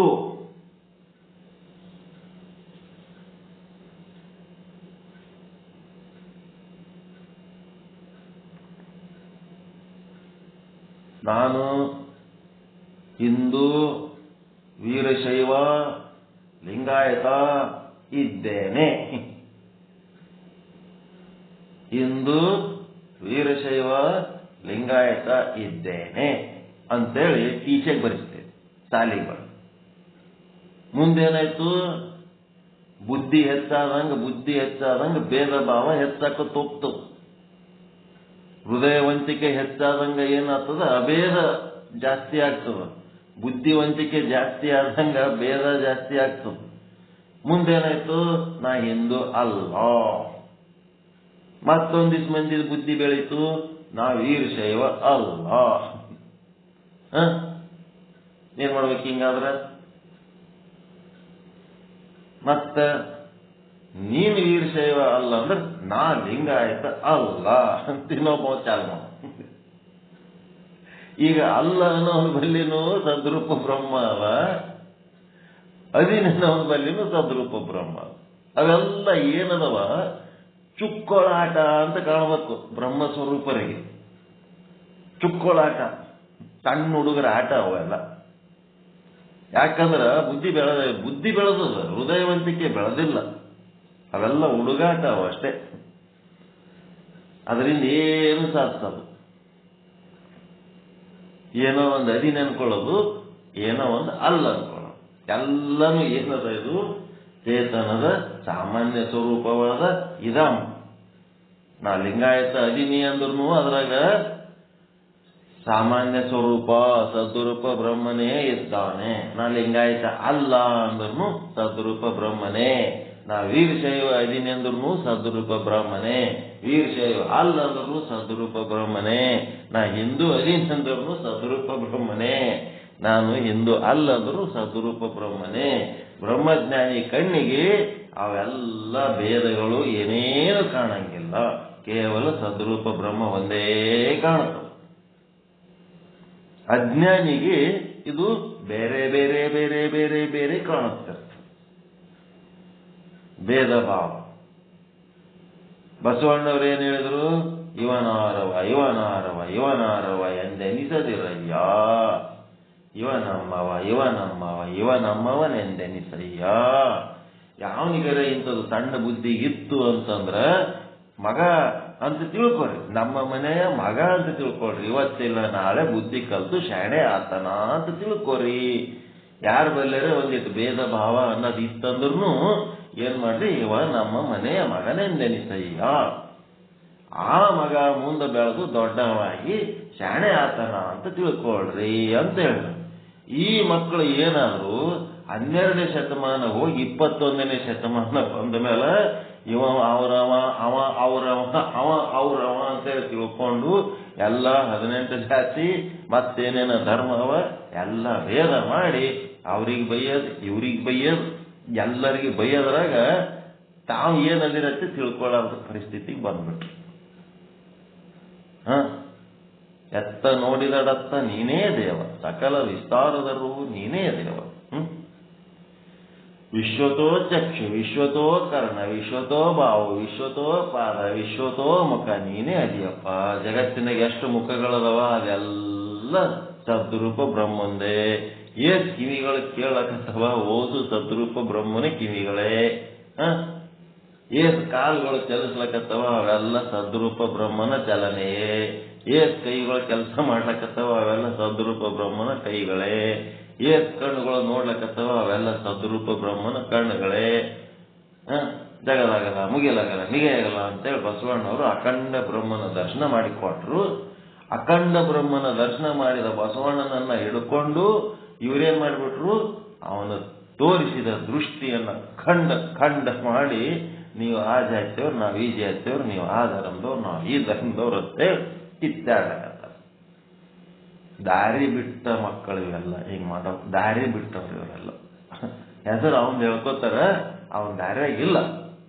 ಯಾರು ಸದ್ರೂಪ ಬ್ರಹ್ಮನನ್ನ ಕಾಣ್ತಾರ ಎಲ್ಲಾ ವಸ್ತುಗಳಲ್ಲಿ, ಎಲ್ಲಾ ಕಾಲದಲ್ಲಿ, ಎಲ್ಲಾ ದೇಶದಲ್ಲಿ, ಎಲ್ಲಾ ಪ್ರಸಂಗದಲ್ಲಿ ಬಸವಣ್ಣ ಯಾವ ಸದ್ರೂಪ ಬ್ರಹ್ಮನನ್ನ ಕಂಡ ಅದೇ ಸದ್ರೂಪ ಬ್ರಹ್ಮನನ್ನ ನಾವು ನೋಡಿದರೆ ಅವನ ಅನುಯಾಯಿಗಳು, ಅವನ ಒಂದು ಕೃಪೆಗೆ ನಾವು ಪಾತ್ರರು ಆಗ್ತೀವಿ ಅಷ್ಟೇ.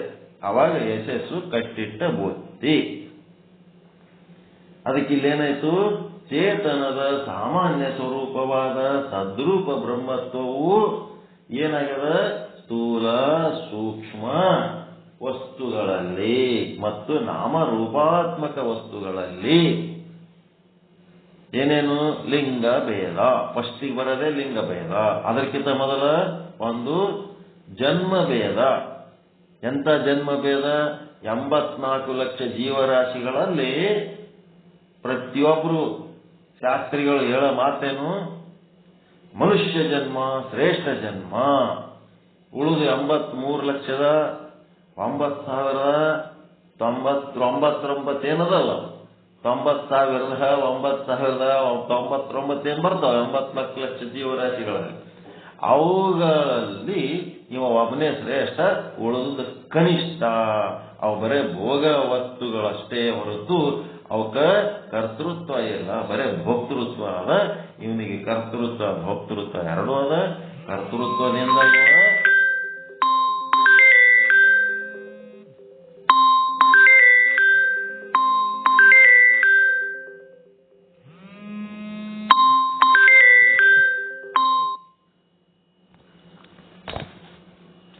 ಕರ್ತೃತ್ವದಿಂದ ಇವನು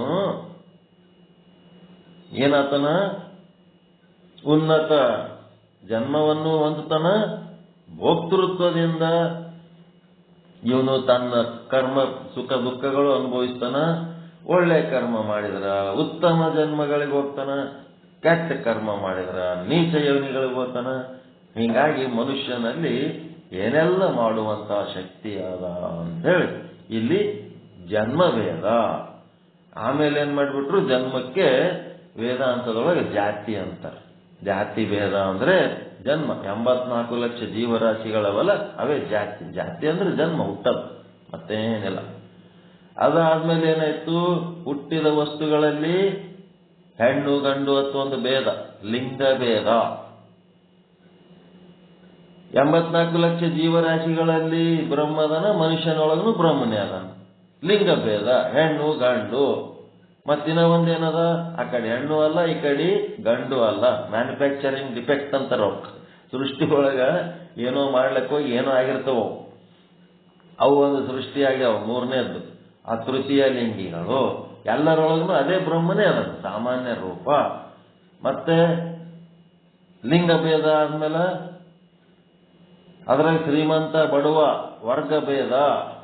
ಆಮೇಲೆ ವರ್ಣ ಭೇದ, ಬ್ರಾಹ್ಮಣ ಕ್ಷತ್ರಿಯ ವೈಶ್ಯ ಶೂದ್ರ. ಮತ್ತೆ ಅವರವರ ಕಾಯಕಗಳನ್ನು ಅನುಸರಿಸಿ 18 ಕುಲ ಮಾಡ್ಯಾರ, ಅದು ಕುಲಭೇದ. ಕುಲದೇವತೆ ಕುಲದೇವ ಹಿಂಗ್ ಬರ್ತವ. ಮತ್ತೆ ಆ ಭೇದ ಆಶ್ರಮ ಭೇದ. ಎಂಥದ್ದು, ಬ್ರಹ್ಮಚರ್ಯ ವಾನಪ್ರಸ್ಥ ಗೃಹಸ್ಥ ಸನ್ಯಾಸಿ ಆಶ್ರಮ ಭೇದ. ಮತ್ತೆ ದೇಶ ಭೇದ, ಆ ದೇಶದವರು ಈ ದೇಶದವರು, ಆ ಊರವರು ಈ ಊರವರು, ಆ ಓಣೆನವರು ಈ ಓಣೆನವರು, ಆ ಮನೆಯವರು ಈ ಮನೆಯವರು, ಇದೆಲ್ಲ ದೇಶ ಭೇದ. ಮತ್ತೆ ಅದು ಕಾಲ ಭೇದ. ಪಾಂಡವರು ಯಾವ ಕಾಲದಲ್ಲಿದ್ರು, ದ್ವಾಪರ ಯುಗದಲ್ಲಿದ್ರು. ಅಂದ್ರೆ ಕಲಿಯುಗದಲ್ಲಿದ್ದವ್ರೊಳಗೂ ಅದೇ ಬ್ರಹ್ಮ, ದ್ವಾಪರದೊಳಗಿದ್ದವ್ರೊಳಗೂ ಅದೇ ಬ್ರಹ್ಮ. ಇದೆಲ್ಲ ಕಾಲ ಭೇದ. ಮತ್ತಿನ್ನೇನದ, ಭಾಷಾ ಭೇದ.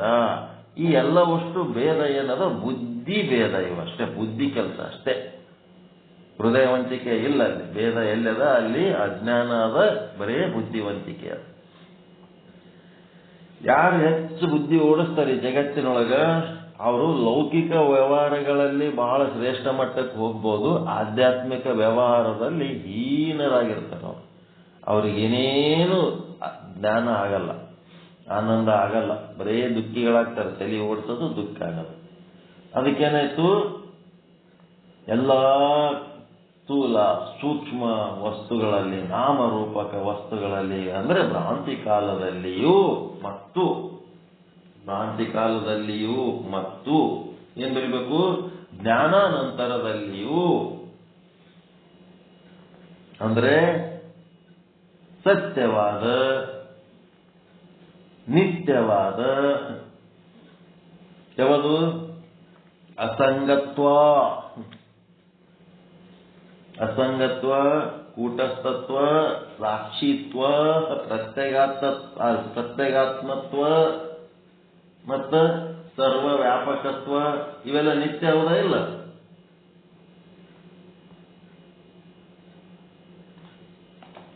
ಮೊದಲಾದವುಗಳೊಡನೆಯೂ ಅಭಿನ್ನವಾಗಿ ತೋರುವ ಕಾರಣ ಜ್ಞಾನ ಕಾಲದಲ್ಲಿ ಬಂದ್ರಿ ಅಂತಂದ್ರ ಏನಾಗ್ಬಿಡ್ತದ? ಕೂಟಸ್ಥತ್ವ. ಇಲ್ಲೇನೇನ್ ನಡೆದ ಜಗತ್ತಿನ ವ್ಯವಹಾರಗಳು ಅವೆಲ್ಲ ಚಿದಾಭಾಸನಿಗೆ ಒಂದು ಸಂಸ್ಕಾರ ಕೊಡುವುದಕ್ಕೆ ಹೊರತು ನನಗಲ್ಲ. ನಾನು ಶುದ್ಧ ಬ್ರಹ್ಮ ಇದ್ದೇನೆ, ನಾನು ಸರ್ವ ವ್ಯಾಪಕ ಇದ್ದೇನೆ, ಅಲ್ಪ ದೇಶ ಅಲ್ಪ ಕಾಲದಲ್ಲಿ ಇರೋವನು ಚಿದಾಭಾಸ. ಸಾಕ್ಷಿ ಇದ್ದೇನೆ, ಸುಮ್ಮನೆ ನೋಡ್ತಾ ಇದ್ದೇನೆ ನಾನು ಅಷ್ಟೇ ಸಾಕ್ಷಿಯಾಗಿ. ನಾನೇನು ಮಾಡವನಲ್ಲ, ಕೇಳವನಲ್ಲ, ಏನೇನು ಸುಮ್ಮನೆ ಸಾಕ್ಷಿ ಇದ್ದೇನೆ. ಪರಮಾತ್ಮ ಹೆಂಗದಾನ ಹಾಂಗ. ಅದರೊಳಗೂ ಆಧ್ಯಾತ್ಮಿಕ ತತ್ವದೊಳಗೂ ಅಭಿನ್ನವಾಗಿ ತೋರುತ್ತಿರುವ ಕಾರಣ ಏನಾಗ್ಯದ? ಸದ್ರೂಪ ಬ್ರಹ್ಮತ್ವವು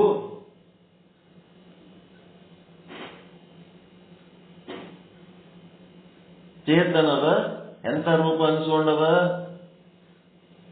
ಲೌಕಿಕ ವ್ಯವಹಾರದಲ್ಲೂ ಮತ್ತು ಪಾರಮಾರ್ಥಿಕ ವ್ಯವಹಾರದಲ್ಲಿ ಎರಡರಲ್ಲೂ ಅದು ಸಾಮಾನ್ಯವಾಗಿ ಅದಲ್ಲ. ಚೇತನದ ಇರುವಿಕೆ ಅದಕ್ಕೇನು ಅನ್ಸ್ಕೊಂಡದಿದು? ಅಭಿನ್ನವಾಗಿ ತೋರುತ್ತಿರುವ ಕಾರಣ ಸದ್ರೂಪ ಬ್ರಹ್ಮತ್ವವು ಚೇತನದ ಎಂಥ ಸ್ವರೂಪ? ಸಾಮಾನ್ಯ ಸ್ವರೂಪ ಎನ್ನಿಸಿಕೊಳ್ಳುತ್ತದೆ. ಹಿಂಗೆಲ್ಲ ಎಕ್ಸ್ಪ್ಲೇನ್ ಮಾಡ್ಲಿಕ್ಕೆ ಬರ್ಬೇಕು. Simple sentence.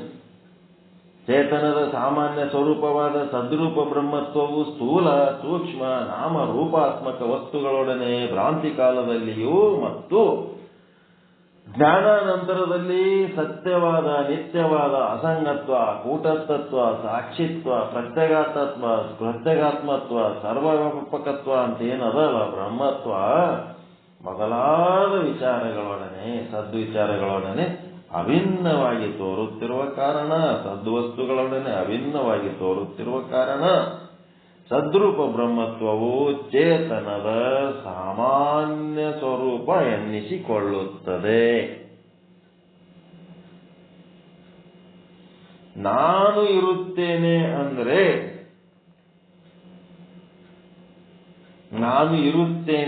ಅಂದ್ರೆ ಇರುವಿಕೆ ಏನಿದೆಯಲ್ಲ